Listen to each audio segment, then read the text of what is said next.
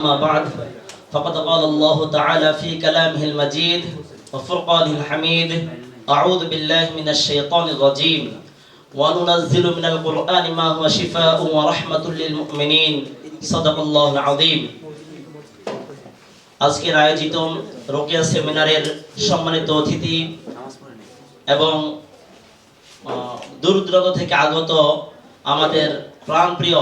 রাকি ভাইগণ, যারা শিরকের বিপক্ষে,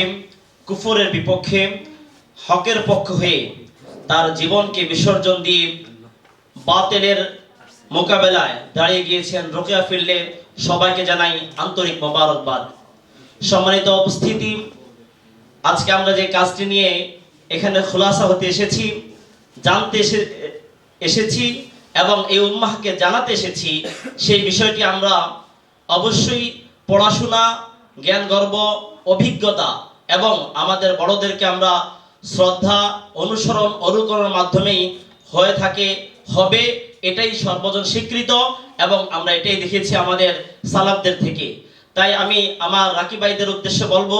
যে আমাদের এই ফিল্ডে কাজ করতে হলে অবশ্যই আমাদের একজন মুরব্বী, আমাদের একজন পরামর্শদাতা, কেননা এই কাজটি শুধু আমরা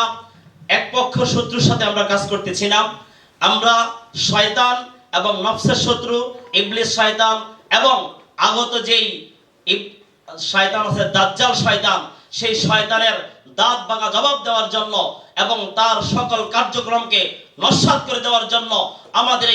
আমাদের এই প্রোগ্রাম, আমাদের এই কাজ, আমাদের এই চেষ্টা, আমাদের এই জিহাদ, আমাদের প্রচেষ্টা ইনশাআল্লাহ চলমান থাকবে কিয়ামত পর্যন্ত। হকের জান্ডা নিয়ে আমাদের জীবনকে বাজি রেখে হলেও, আমাদের জীবনকে উৎসর্গ করে হলেও আমরা হকের পক্ষে বলে যাব, এই উম্মাহকে রাস্তা দেখিয়ে যাব। যে কাজ আমাদেরকে দিয়েছেন আমাদের রাসূল, যেটা আমরা ধারণা করি যে ওয়ারাসাতুল আম্বিয়া হচ্ছে উলামায়ে কেরাম, আজকে আমরা বলবো যে দায়িত্বের জায়গা থেকে, আমাদের দায়িত্ব জায়গা থেকে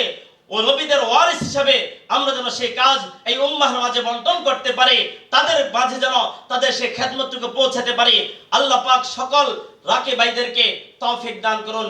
আমিন। ওয়া আখির দাওয়ানা আলহামদুলিল্লাহি রাব্বিল আলামিন। তাকবীর, আল্লাহু আকবার।